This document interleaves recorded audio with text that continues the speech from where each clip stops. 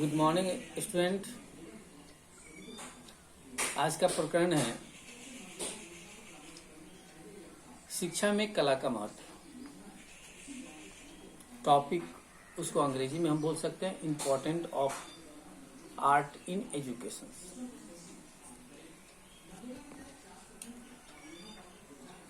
आज इस पर हम चर्चा करेंगे।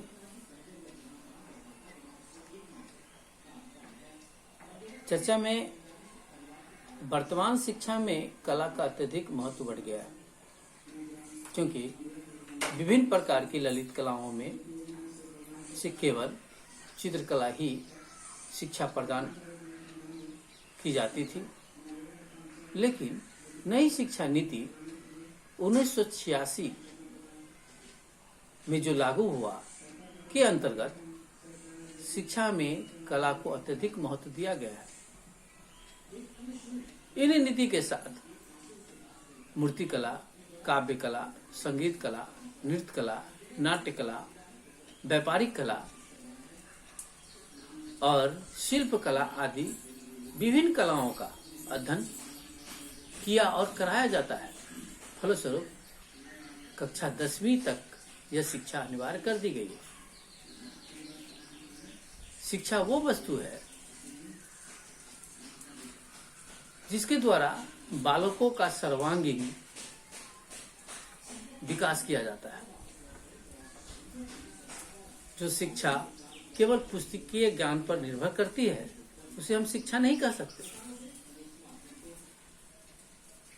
क्योंकि पुस्तकों के ज्ञान से हमें दूसरे के विचार ही उत्पन्न होते हैं, आत्मज्ञान नहीं होता। और आत्मज्ञान करने के लिए हमें अभ्यास और प्रयास करना पड़ता है। भारतीय दर्शन के अनुसार शिक्षा के परिभाषा देते हुए बतलाया गया है कि सा विद्या विमुखते। इस प्रकार अनेक व्यक्तियों ने शिक्षा की परिभाषा प्रस्तुत की। नीति शतक में भर्तृहरि ने कहा है, साहित्य संगीत कला विहीन साक्षात पशु पुक्ष विषानहीन। जो मनुष्य में साहित्य संगीत कला नहीं हो वे बिना सींग बिना पूंछ का मनुष्य होता है। किसी ने कहा है, ज्ञानम मनुजस्य तृतीया नेत्र। मनुष्य का ज्ञान जो है वो तृतीय नेत्र के समान होते हैं। दो आंख तो होते ही हैं, तीसरे नेत्र होते। महात्मा गांधी ने बताया, शिक्षा से मेरा अभिप्राय बालक एवं मनुष्य के शरीर, मस्तिष्क एवं आत्मा के सर्वोत्तम अंश की अभिव्यक्ति है। इसे साफ जाहिर होता है। आत्मा के सर्वोत्तम अंश की अभिव्यक्ति है। आत्मा क्या है? आत्मा एक परमात्मा है, परमात्मा का एक छोटा सा अंश है। तो सर्वोत्तम अंश की अभिव्यक्ति है, यानी ब्रह्मांड की अभिव्यक्ति है, यही संसार की अभिव्यक्ति है। शिक्षा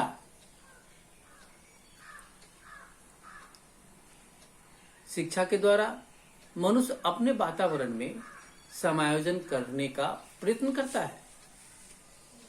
मनुष्य में अनेक मूल वृत्तियां होती है, जिसके परिमार्जन से उसकी अभिव्यक्ति की प्रक्रिया में संशोधन होता रहता है। वह समाज का उपयोगी अंग बन जाता है और अपने व्यक्ति तथा अपने समाज का कल्याण करने के योग्य हो जाता है। इसीलिए शिक्षा का कार्य व्यवहार कर परिमार्जन करना है। अतः शिक्षा को तभी सफल माना जाता है जब वो व्यक्ति के व्यवहारों को परिभाषित करने में सफलता प्राप्त कर ले।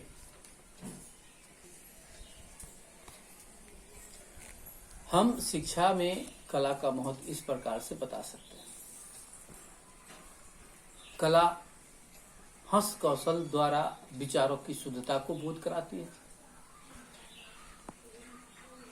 कला अचेतन मन की दामित इच्छाओं को बाहर फेंकने में अवसर प्रदान करती है।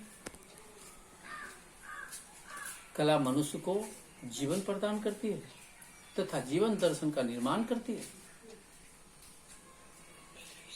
प्रेषणीय रूपों में अनुभूति की हुई वस्तुओं की अभिव्यक्ति करती है।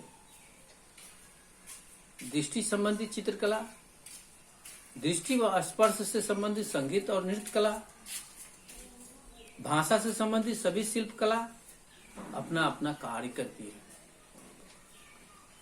कला के द्वारा वैज्ञानिक तकनीक से अध्ययन करवाया जाता है। कला के द्वारा व्यक्ति अपना शरीर, शारीरिक, मानसिक व बौद्धिक विकास करता है। कला सृजनात्मक का अवसर देता है।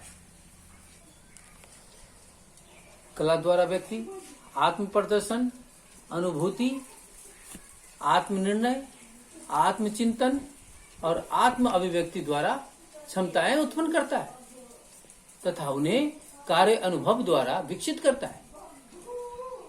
कला के द्वारा देश की सभ्यता व संस्कृति का संरक्षण, संवर्धन एवं विकास होता है। कला अंतर्राष्ट्रीय स्तर पर संप्रेषण का कार्य करती है। कला अन्य विषयों से सहसंबंध स्थापित करती है तथा सृजनात्मक का विकास करती है। इसी संदर्भ में आज के जो प्रकरण चलते हैं पेडागोजी,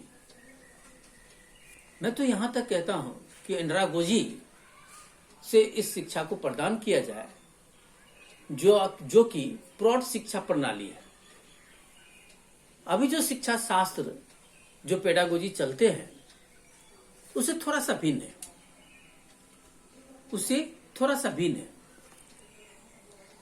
परंतु आज के परिप्रेक्ष्य में ये अति आवश्यक हो गया है कि पेडागोजी की अपेक्षा एंड्रागोजी पे भी काम किया जाए ताकि बच्चों को एक रोचकता प्राप्त हो,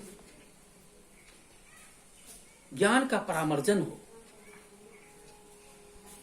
जिससे वो रोचकपूर्ण किसी चीज को ग्रहण करने में, बोध करने में उसे सरलता प्राप्त हो। पेडागोजी में हम ये सिखाते हैं कि इसको पढ़े कैसे जाए, इसको पढ़ाना कैसे, परंतु एंड्रागोजी में, जिसे हम प्रौढ़ शिक्षा प्रणाली कहते हैं, उसमें कि आखिर हम जो कर रहे हैं आखिर करें क्यों, हम पढ़ रहे हैं तो पढ़े क्यों, इसकी आवश्यकता पड़ गई है 21वीं शताब्दी में। बच्चे को यह लगना चाहिए कि हम क्यों पढ़ रहे हैं, हम क्यों कर रहे हैं ये काम, हमें इससे क्या लाभ होगा। तो इसके 4 स्तंभ है जिसको आज 21वीं सदी में इसकी आवश्यकता पड़ती जा रही है शिक्षा में, जिसमें कला बहुत संपूर्ण रूप से सहयोग करता है। क्यों पढ़ूं, क्यों सीखूं, हम किसी किताब की बातों को, किसी की विचार को क्यों सीखूं। एक दूसरा है कि करते करते सीखना। अब बच्चों को इस तरह का प्रयास कराया जाए, अभ्यास कराया जाए, ताकि वो करते करते कुछ ना कुछ सीख सके। और तीसरा है कि करने से, कठिनाई का सामना करते करते वो उसके उपचार भी सीख जाए।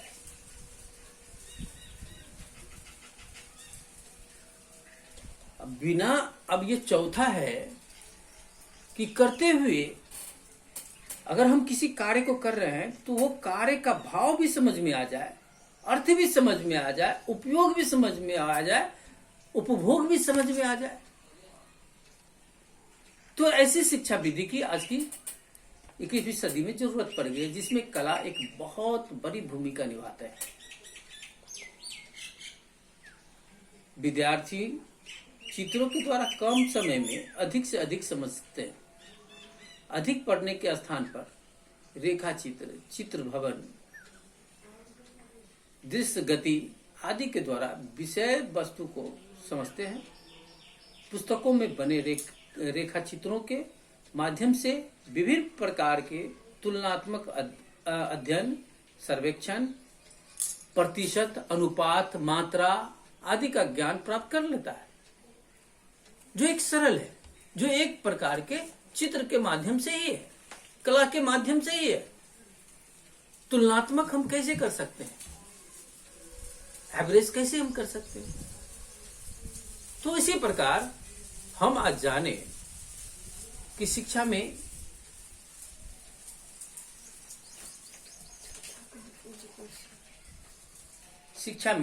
कला का महत्व। आज हमने जाना कि शिक्षा में कला का महत्व व्यापक है, परंतु आज के शिक्षक इस विषय से थोड़ी परे है। ऐसा नहीं कहा जा सकता कि सभी शिक्षक हैं, लेकिन कुछ शिक्षक हैं जो इससे थोड़ा परे हैं, और इसी के कारण शिक्षा रोचक पूर्ण नहीं हो पाता। ये वीडियो अगर आपको अच्छी लगी तो आप कमेंट बॉक्स में कमेंट भी लिखें और इसको सब्सक्राइब करें, लाइक करें, और अपने जितने भी सहभागी हैं आपको सभी से कहें कि इनको सर्वाइव करें, ताकि ये चैनल पर आ सके और बार बार आता रहे। धन्यवाद।